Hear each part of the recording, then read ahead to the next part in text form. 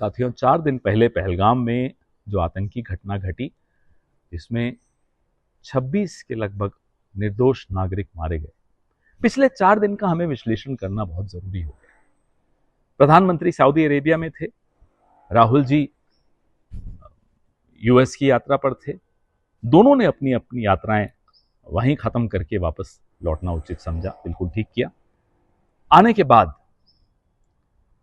प्रधानमंत्री बिहार के दौरे पे चले गए, चुनावी दौरा, लगभग चुनावी दौरा। राहुल जी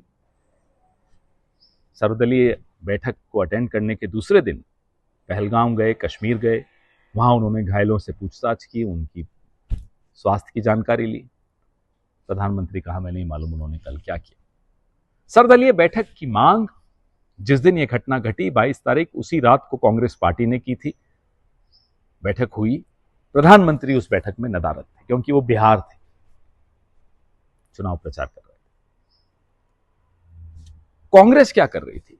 कांग्रेस ने जिस दिन यह घटना घटी से लेकर अब तक लगातार हर प्लेटफॉर्म पे, हर बैठक में कहा कि हम सरकार के साथ कंधे से कंधा मिलाकर खड़े होंगे, जो कार्रवाई सरकार उचित समझे करे। यह वक्त राजनीति का नहीं है, यह वक्त पूरे देश को एकजुट होने का है। भारतीय जनता पार्टी क्या कर रही थी? भारतीय जनता पार्टी के सांसद के Twitter handles, Bharatiya Janata party के छत्तीसगढ़ के, कर्नाटक के, छत्तीसगढ़ के Bharatiya Janata party Twitter handle ने कार्टून बनाया। किसका कार्टून? लाश का और उसके साथ बैठी उनकी विधवा का। लाश और विधवा, पहलगाम की में एक हिंदू की लाश और उसके बगल में बैठी उसकी विधवा, उसके कार्टून बनाकर छोटी मोटी राजनीति, अपनी हल्की जो उनकी वाहियात राजनीति होती है वो। कर्नाटका की बीजेपी ट्विटर हैंडल ने सीधा सीधा राहुल जी को जिम्मेदार है। खैर, उसके खिलाफ तो एफआईआर की है हमने, लेकिन आप तुलना कीजिए दोनों की। किरण रिजिजू ने कहा कि हां, चूक हुई। पीयूष गोयल कहते हैं कि नहीं, चूक वो कुछ नहीं हुई। देश के 140 करोड़ लोगों में राष्ट्रभक्ति कम है। सीधा सीधा देश को जिम्मेदार ठहराया। पहले भी आतंकी घटनाएं हुई हैं, पहले भी सरकारें थी, कभी किसी ने देशवासियों को जिम्मेदार नहीं ठहराया, कभी किसी ने देशवासियों की राष्ट्रभक्ति पर सवाल नहीं उठाया। लेकिन पीयूष गोयल, बड़े मंत्री, सोचिए आप ये लोग क्या कर रहे हैं। पुलवामा हुआ तो प्रधानमंत्री व्यस्त थे, शूटिंग करा रहे थे कॉर्बेट नेशनल पार्क में, कई घंटों तक गायब थे। पहलगाम हुआ तो प्रधानमंत्री पहलगाम नहीं गए, बिहार गए। और बिहार में भी नीतीश कुमार और प्रधानमंत्री हंसी ठिठोली कर रहे हैं, गप लगा रहे हैं, कोई चेहरे पर मलाल नहीं। अरे साहब, अपने देश के नागरिक मारे गए हैं, कम से कम चेहरे का तो एक्सप्रेशन ठीक कीजिए। मन में आपके क्या है हम नहीं जानते। पाकिस्तान क्या चाहता था, क्या हासिल करना चाहता था इस हमले से? पाकिस्तान चाहता था कि कश्मीरियों की रोजी रोटी पर हमला हो। पाकिस्तान चाहता था कि देश में, भारत में हिंदू मुस्लिम के भाईचारे पर हमला हो। और संघ समर्थित लोगों ने क्या किया इस हमले के बाद? संघ समर्थित संगठनों ने जाकर उत्तराखंड में, हिमाचल में, चंडीगढ़ में, देश के अनेक कोनों में कश्मीरी छात्रों को धमकियां दी।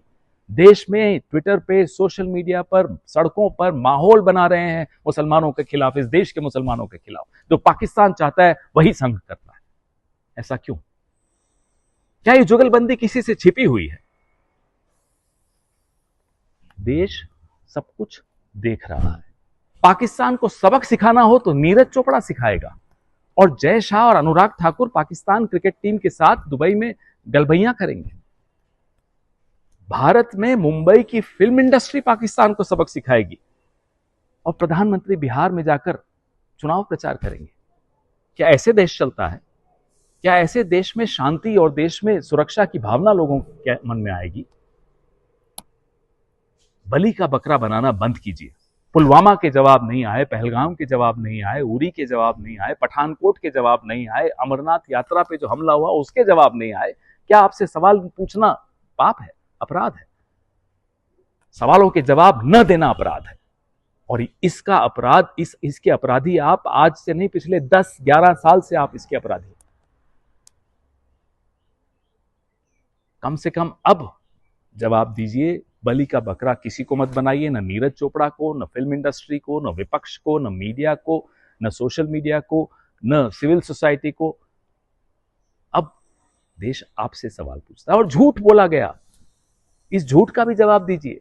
सर्वदलीय बैठक में सरेआम झूठ बोला गया कि बैसारण जहां ये घटना घटी, पर्यटक स्थल, ये अचानक आनन फानन में बिना किसी को सूचित किए खोल दिया गया।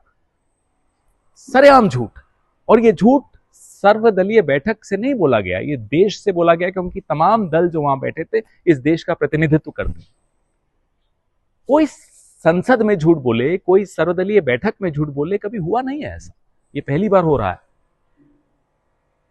बैसारण में अक्सर जनवरी, फरवरी, मार्च, अप्रैल लोग रील्स डालते हैं, पर्यटक वहां जाते हैं। कोई ऐसा नहीं कि 3 दिन पहले खुला, ये सरेआम झूठ बोला गया।